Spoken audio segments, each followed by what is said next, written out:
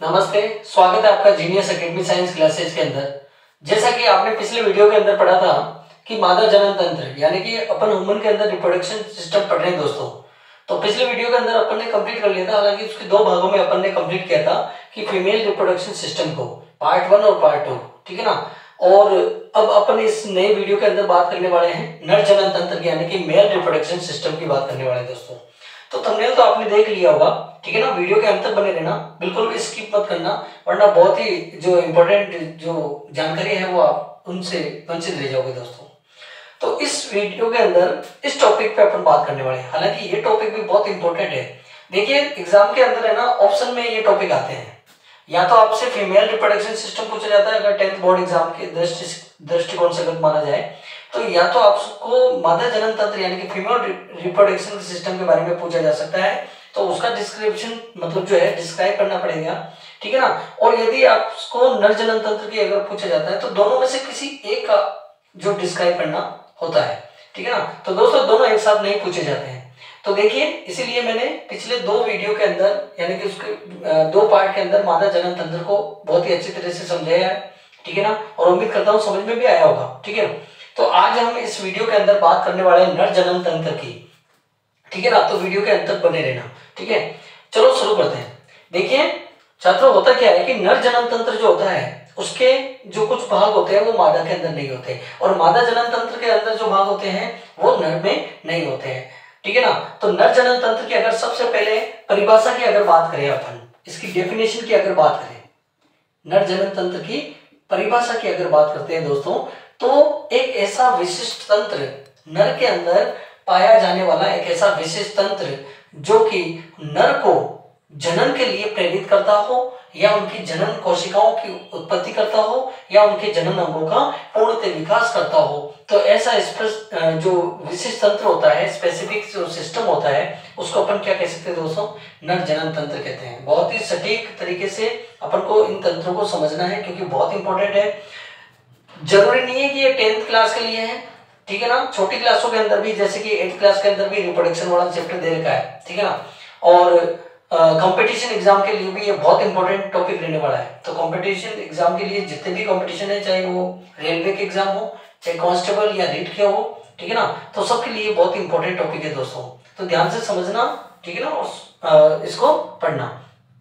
तो परिभाषा क्या हो गई, बहुत ही सिंपल परिभाषा है कि भैया देखो, एक ऐसा विशिष्ट तंत्र जो केवल नर में पाया जाएगा ये, ठीक है ना, और जो कि नर की जनन कोशिकाओं की उत्पत्ति करेगा और नर को जनन के लिए परिपक्व करेगा, यानी कि उसके अंदर द्वितीय गौण लैंगिक लक्षणों का विकास करेगा। तो ऐसा जो विशिष्ट तंत्र होगा वो नर जनन तंत्र कहलाता है दोस्तों। अब अगर इसके भागों की अगर बात करें, तो नर जनन तंत्र जो है उसको दो भागों में बांट रखा है दोस्तों। जैसा कि मादा जनन तंत्र को भी दो भागों में बांट रखा था, वैसे नर जनन तंत्र को भी दो भागों में बांट रखा है दोस्तों। कौन कौन से, देखिए अगर नर जनन तंत्र के दो भागों की अगर बात करें, तो वही है प्राइमरी सेक्सुअल ऑर्गन और सेकेंडरी सेक्सुअल ऑर्गन, यानी कि प्राथमिक लैंगिक अंग, ठीक है दोस्तों, और दूसरा है द्वितीयक लैंगिक अंग, ठीक है ना। तो दो प्रकार से, जैसे मादा जनन तंत्र को बांट रखा था, वैसे नर जनन तंत्र को बांट रखा है।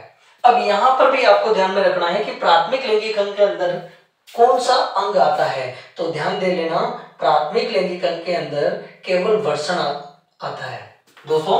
नर जनन तंत्र के जो प्राथमिक लैंगिक अंग की अगर बात करें, प्राइमरी सेक्सुअल ऑर्गन की अगर बात करते हैं, तो उसके अंदर टेस्टिकल ही आते हैं, जैसे कि मादा के अंदर ओवरी यानी कि अंडाशय आता था, ठीक है ना। और अगर द्वितीयक लैंगिक अंगों की बात करें नर जनन तंत्र के, तो इसमें देखिए वृषण कोष आएंगे, वृषण कोष आएंगे, जिनको इंग्लिश के अंदर स्कॉर्टम कहते हैं दोस्तों, ठीक है ना। इसके बाद में अगर बात करें तो वृषण कोष के बाद में आता है यानी कि शुक्राशय, ठीक है। और शुक्राशय के बाद में अगर बात करें तो शुक्रवाहिनियां क्या आती है दोस्तों, शुक्रवाहिनियां, ठीक है। और शुक्रवाहिनियों के बाद में अगर बात करें तो आती है प्रोस्टेट ग्लैंड, प्रोस्टेट ग्लैंड, ठीक है ना। और प्रोस्टेट के बाद में जो आता है वो आता है सीसन, ठीक है ना, पेनिस। ये कुछ भाग है नर जनन तंत्र के। तो बहुत ही इजी तरीके से इस सिस्टम को पढ़ना है। सबसे पहले इसकी डेफिनेशन देख लेनी है कि नर में प्रकृति के जितने भी नर हैं यानी कि लिविंग ऑर्गेनिज्म, हालांकि इसको तो अपन ह्यूमन के अंदर पढ़ रहे हैं, बाकी जानवरों के अंदर भी कुछ ऐसा ही सिस्टम है। तो नर के अंदर एक ऐसा विशेष तंत्र होता है जो कि नर को जनन के लिए परिपक्व बनाता है, उसकी जनन कोशिकाओं की उत्पत्ति करता है और जनन अंगों का विकास करता है। सेकेंडरी जो सेक्सुअल जो सिम्टम्स है उनको डेवलप करने वाला तंत्र क्या कहलाता है? नर जनन तंत्र कहलाता है दोस्तों। फिर नर जनन तंत्र का सबसे इंपॉर्टेंट पार्ट होता है, दोनों तंत्रों के अंदर ध्यान दे लेना, ये बहुत ही इंपॉर्टेंट चीज है, आपको डायग्राम जो है माइंड में याद रखना पड़ेगा। डायग्राम के बेसिस पे आप सारे क्वेश्चन हल कर सकते हो, इससे रिलेटेड जितने भी क्वेश्चन आते हैं दोस्तों। तो डायग्राम इसका कुछ इस तरीके से है कि सबसे ऊपर आप देख रहे हो ये कुछ संरचनाएं जो आप दिखाई दे रही है, नलिका नुमा संरचना दोनों साइड है, लेफ्ट और राइट कॉम्बिनेशन में, इनको यूरेटर कहते हैं दोस्तों। इनको क्या कहते हैं? यूरेटर कह सकते हैं, यानी कि मूत्र वाहिनियां कह सकते हैं, ठीक है ना, क्योंकि दोनों साइड होती है तो एक जोड़ी मूत्र वाहिनियां होती है। और ये आप इस बड़ा सा जो बैग लाइक स्ट्रक्चर देख रहे हो ना, थैलेनुमा संरचना, इसी को क्या कहते हैं? ब्लेडर, यानी कि यूरिन ब्लेडर कहते हैं दोस्तों। क्या कहते हैं इसको? यूरिन ब्लेडर कह सकते हैं, अपन मूत्राशय कह सकते हैं। अब आप देखिए मूत्राशय के बाद में, मूत्राशय से ना दोनों साइड में नलिकानुमा संरचनाएं निकली हुई है, दोनों साइड में, राइट और लेफ्ट कॉम्बिनेशन में। इनको अपन बोलेंगे शुक्रवाहिका नलिका या शुक्र नलिका, यानी कि इसमें से होकर के क्या है कि शुक्राणु जो है ना वो शुक्राशय तक पहुंचता है दोस्तों, ठीक है ना। तो इनको शुक्रवाहिनियां भी बोल सकते हैं और शुक्रवाहिका भी बोल सकते हैं। फिर आप देख सकते हैं कि दोनों साइड के अंदर कुछ इस प्रकार की संरचनाएं आपको दिखाई देगी, दोनों साइड के अंदर, ठीक है ना। इन्हीं को क्या कहते हैं दोस्तों? इन्हीं को टेस्टिकल यानी कि वर्षण ग्रंथि कहते हैं दोस्तों, ठीक है ना। इसके बाद में आप देखेंगे कि यहाँ पर पत्तेनुमा संरचना आपको दिखाई दे रही है, ठीक है ना। मैं सर्कल आउट कर रहा हूँ, प्लीज फोकस करें आप लोग। ये जो पत्तेनुमा संरचना दिखाई दे रही है ना, इसी को क्या कहते हैं? शुक्राशय कहते हैं दोस्तों, ठीक है ना। शुक्राशय के बाद में अगर बात करें तो ये इस प्रकार की संरचना जो गोलाकार संरचना है, ठीक है ना, अखरोट के साइज की जो संरचना होती है उसी को क्या कहते हैं? प्रोस्टेट ग्लैंड कहते हैं दोस्तों। प्रोस्टेट ग्लैंड ये केवल नर में पाई जाती है, ठीक है ना। मादाओं के अंदर ऐसा कोई भी सिस्टम नहीं है जो इसके अंदर है, वो बिल्कुल ऑपोजिट है इसके। तो प्रोस्टेट ग्लैंड कैसी होती है? अखरोट के साइज की होती है।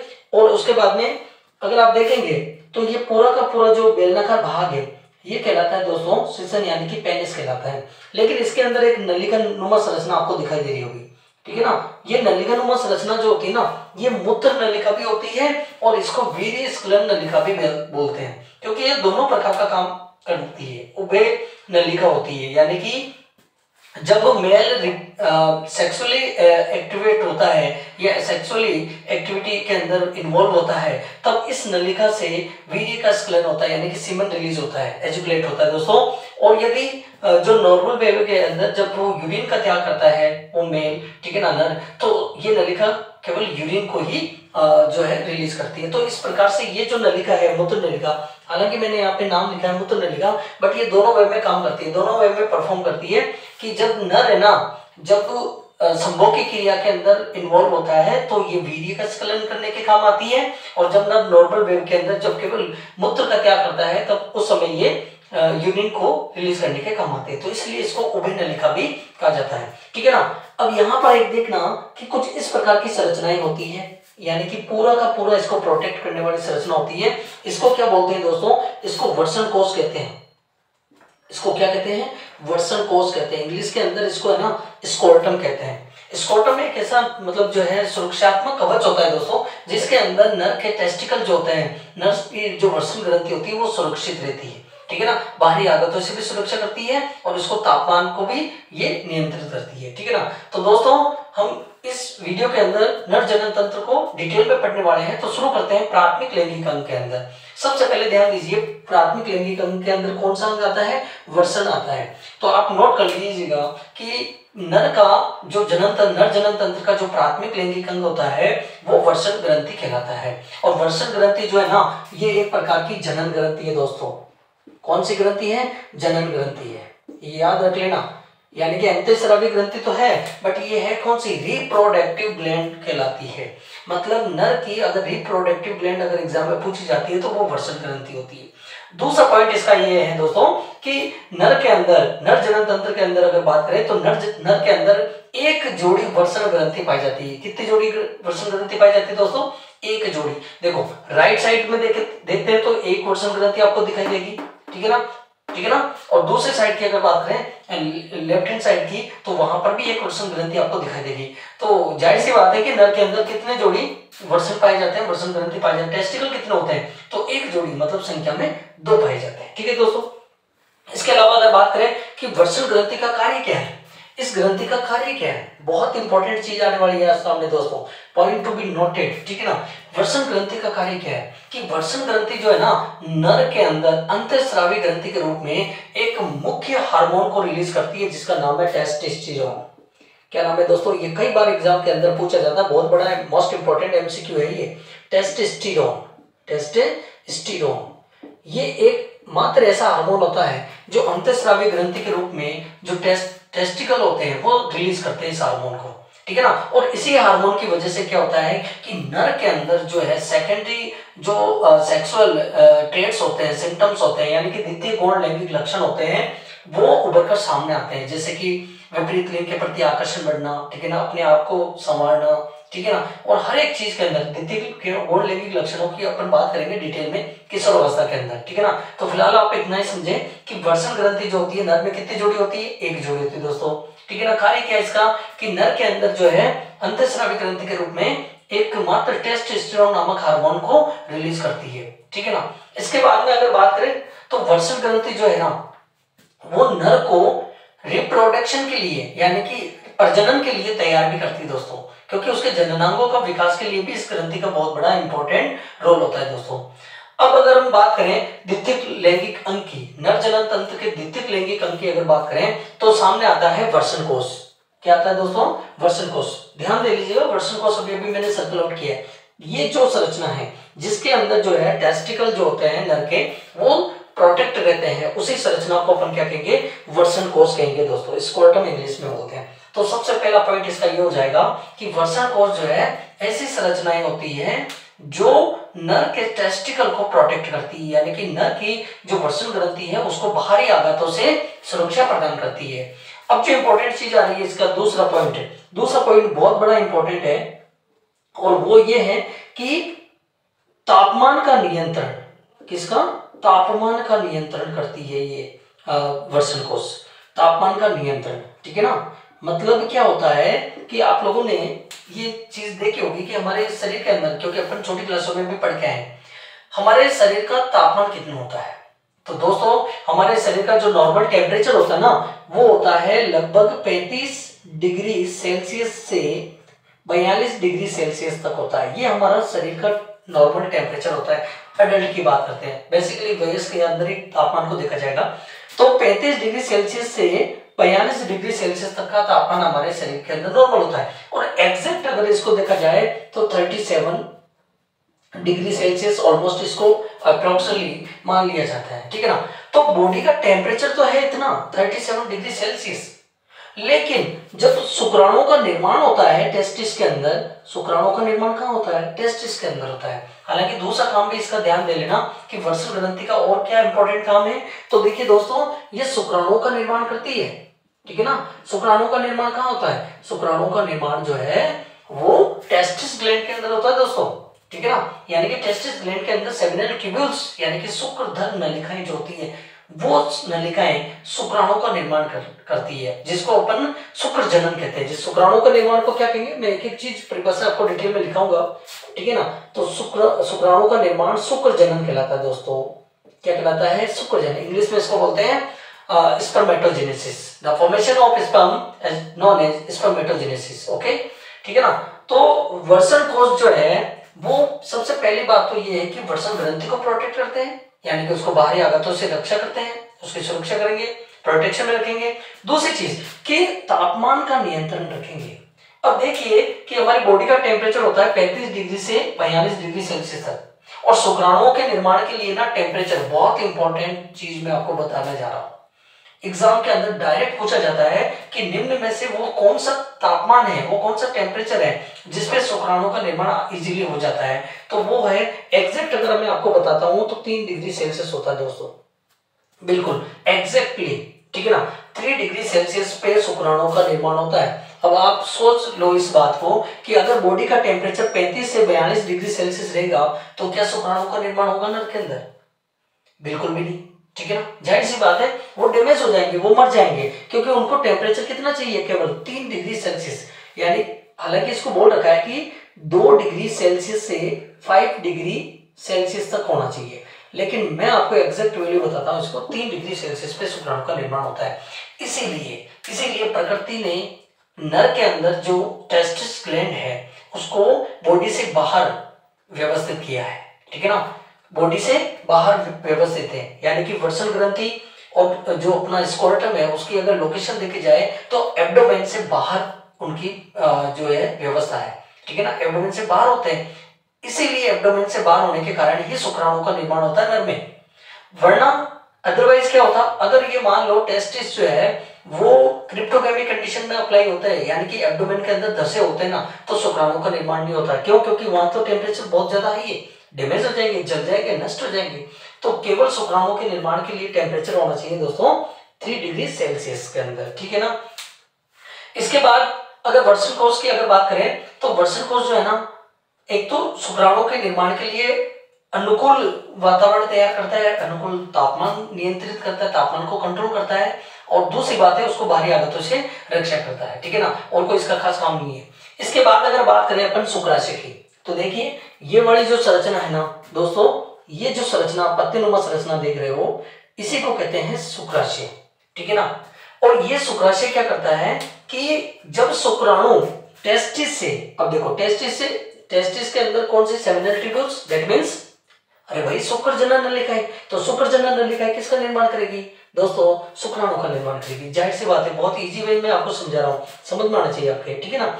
अब शुक्राणु का निर्माण हो गया, समझ लीजिए शुक्राणु का निर्माण हो गया, तो शुक्राणु निर्मित होने के बाद में कहाँ जाएंगे, देखो ये ट्यूब आप देख रहे हो ना, ये ट्यूब किसके अंदर ओपन हो रही है, ये टेस्टिस के अंदर ओपन हो रही है। तो ये सारे के सारे शुक्राणु जो है ना जो बन रहे हैं, ठीक है ना। वैसे एक अडल्ट व्यक्ति के अंदर, एक नर के अंदर 20 मिलियन के आसपास, 20 मिलियन घन मिमी के आसपास शुक्राणुओं की संख्या होनी चाहिए, अदरवाइज इतनी नहीं होती है तो वो ओलिगोस्पर्मिया, और मैं आपको बाद में बताऊंगा कि कौन कौन से डिसऑर्डर होते हैं जिसकी वजह से शुक्राणु की कमी आती है, ठीक है ना। फिलहाल इसको कंटिन्यू रखें, यहाँ पे फोकस रखें कि अगर टेस्टिस के अंदर जो सेमिनल ट्यूब्यूल के माध्यम से थ्रू शुक्राणु का निर्माण होगा तो शुक्राणु कहाँ जाएंगे, तो शुक्राणु है ना इसी डक्ट के अंदर ट्रेवल करेंगे दोस्तों, और ट्रेवल करते करते ये कहाँ पहुंच जाएंगे दोस्तों, ये यहाँ पहुंच गए, देखिए, ठीक है ना। शुक्राणुओं की है ना पूंछ होती है, कहने का मतलब शुक्राणु की संरचना भी मैं आपको एक नेक्स्ट वीडियो के अंदर पढ़ाऊंगा, शुक्राणु कोशिका और अंडाणु कोशिका के बारे में अलग से एक वीडियो बनाएंगे आपको, ठीक है ना, तब समझाया जाएगा अच्छे तरह से। तो शुक्राणु जो है ना, फिलहाल इतना ही ध्यान रखें अभी कि शुक्राणु जो है ना इसी नलिका के माध्यम से कहां तक पहुंचते हैं, शुक्राशय में पहुंचते हैं, ठीक है ना। अब शुक्राशय क्या करेगा, शुक्राशय का जो मोस्ट इंपोर्टेंट वर्क है वो सुन लो दोस्तों, नोट कर लीजिएगा कि शुक्राशय जो है वो शुक्रवाणियों से आए हुए शुक्राणुओं को पोषण प्रदान करता है। समझ रहे हो मेरी बात, यानी कि शुक्राणु बनकर रहे टेस्टिस में बन रहे, याद रख लेना इस चीज को कि शुक्राणु का निर्माण कहाँ हो रहा है, टेस्टिस में हो रहा है। अब टेस्टिस में शुक्राणु बनने के बाद में वो कहाँ जाएंगे, वो शुक्र नलिका से होते हुए वो कहाँ पहुंचेंगे दोस्तों, शुक्राशय के अंदर पहुंचेंगे। अब शुक्राशय में पहुंचने के बाद में उनको एक ऐसा माध्यम मिलेगा जो बहुत इंपॉर्टेंट उनके लिए होता है, यानी कि उनकी मोटिलिटी के लिए देख लो, उनकी वेटिलिटी के लिए देख लो, यानी कि शुक्राणु की गुणवत्ता के लिए। अरे भाई ऐसे समझो कि अगर हम भूखे हैं, अगर हम लोग भूखे रहते हैं तो क्या हम पहाड़ चढ़ पाएंगे या कोई दूरी तय कर पाएंगे या किसी काम को बहुत ही अच्छे इजीली उसको हैंडल कर पाएंगे, बिल्कुल भी नहीं। अगर आपको 2 दिन भूखा रखा जाए और आपको बोला जाए कि 3 पाठ याद कीजिए या ऐसा काम कीजिए वो काम कीजिए, कुछ भी नहीं होगा। तो शुक्राणु के साथ भी कुछ ऐसा ही होता है, शुक्राणु निर्मित तो यहाँ हो रहे हैं लेकिन इनका अच्छा खाना कहाँ है, इनका अच्छा खाना, इनका जो सही पौष्टिक खाना है ना, इनका पोषण जो है ना वो यहाँ छिपा पड़ा है। तो यहाँ तक इनको ऊर्जा पाने के लिए आना ही पड़ेगा। तो आएंगे कैसे, वो शुक्र नलिका से आएंगे दोस्तों, इस शुक्र नलिका से वो कहाँ पहुंचेंगे, शुक्राशय में पहुंचेंगे। अब शुक्राशय के अंदर क्या होता है, शुक्राशय के अंदर है ना एक तरल पदार्थ होता है, क्या होता है, एक तरल पदार्थ बनता रहता है, और वो तरल पदार्थ कैसा होता है, दूधिया रंग का होता है, मिल्की कलर होता है, ठीक है ना। दूधिया रंग का जो है एक तरल बनता है, कहाँ बनता है दोस्तों, शुक्राशय में बनता है बेटा, ठीक है ना। छात्रों बहुत ही अच्छी तरह से समझना इस चीज को कि दूधिया रंग का जो तरल पदार्थ बनता है वो कहाँ बनता है, शुक्राशय में बनता है, और वो किसके लिए, शुक्राणु के लिए। उसी को अपन क्या कहते हैं, वीर्य कहते हैं। इसी दूधिया रंग के जो चिपचिपे पदार्थ होता है ना, उसको अपन वीर्य कहते हैं, इंग्लिश के अंदर इसको सीमन कहते हैं, ठीक है ना। तो वीर्य इसी को कहा जाता है। अब जैसे शुक्राणु यहाँ आ गए ना, आने के बाद में उनको पोषण मिल गया, किसके थ्रू, वीर्य के थ्रू। और जैसे उनको पोषण मिलेगा वो ऊर्जावान हो जाएंगे, उनके अंदर गतिशीलता आ जाएगी, वो बहुत ही शक्तिशाली हो जाएंगे, और वहां से ये होते हुए ये कहां पहुंच जाएंगे, ये प्रोस्टेट ग्लैंड में पहुंच जाएंगे दोस्तों। अब देखिए शुक्राशय के बाद में क्या आती है, शुक्रवाणियां आती है। ये शुक्रवाणियां क्या है, जो टेस्टिस के अंदर है ना शुक्राणु बने होते हैं, उनको लाने का काम करती है, और इनका कोई खास काम नहीं है भाई। शुक्रवाणियां क्या है, एक पथ है। शुक्रवाणी क्या है, एक रास्ता है जिसके थ्रू है ना शुक्राणु बन जाते हैं टेस्टिस के अंदर, और फिर ट्रेवल करते हैं। रास्ता कौन सा अप्लाई करते हैं, वो शुक्रवाणी, उसी के थ्रू ये शुक्राशय में पहुंचते हैं। और उसके बाद में है ना, तो इनका ज्यादा कुछ काम नहीं है। शुक्रवाणियां दोनों साइड होती है, लेफ्ट और राइट कॉम्बिनेशन में। देखो टेस्टिकल भी दो होते हैं तो शुक्रवाणियां भी दो होगी, ठीक है ना।